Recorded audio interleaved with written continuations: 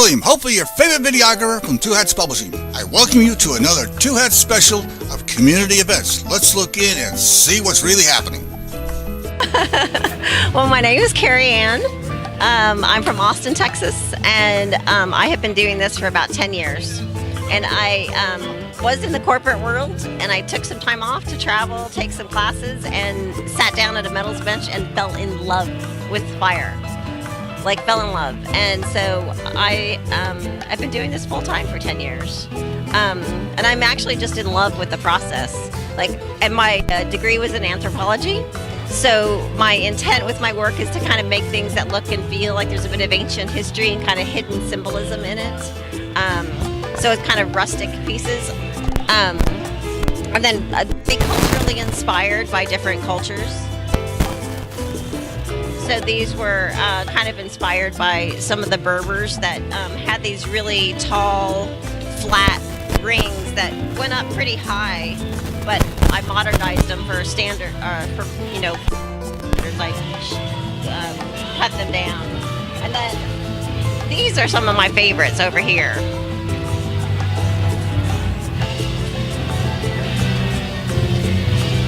I don't know if you can see that, but it's taking an image, and these are I don't know if you're familiar with the Mendi, the henna designs that the Indian women do for their weddings.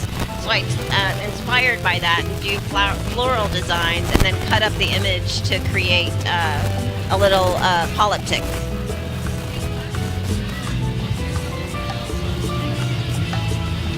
And what else? I mean, I do earrings, which I don't know if you can see with my heavy outfit on right now, but I have these threader earrings that dangle down, and I have quite a few of those over here. Going to my rings, I have like an assortment. I don't know if you want me to show you everything. Okay. These are some of my new and favorite rings that are they're flat rings, but pretty chunky. And so people have been buying multiples of these and kind of stacking them. And so I do all one-of-a-kind pieces.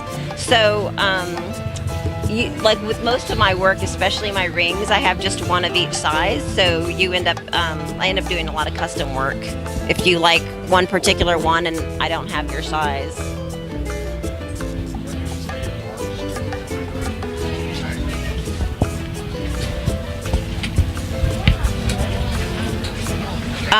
I guess one last thing would be, and this is like very different from all of this work, is lost wax casting, which I don't know if you want me to tell you the process or not, but I love this process.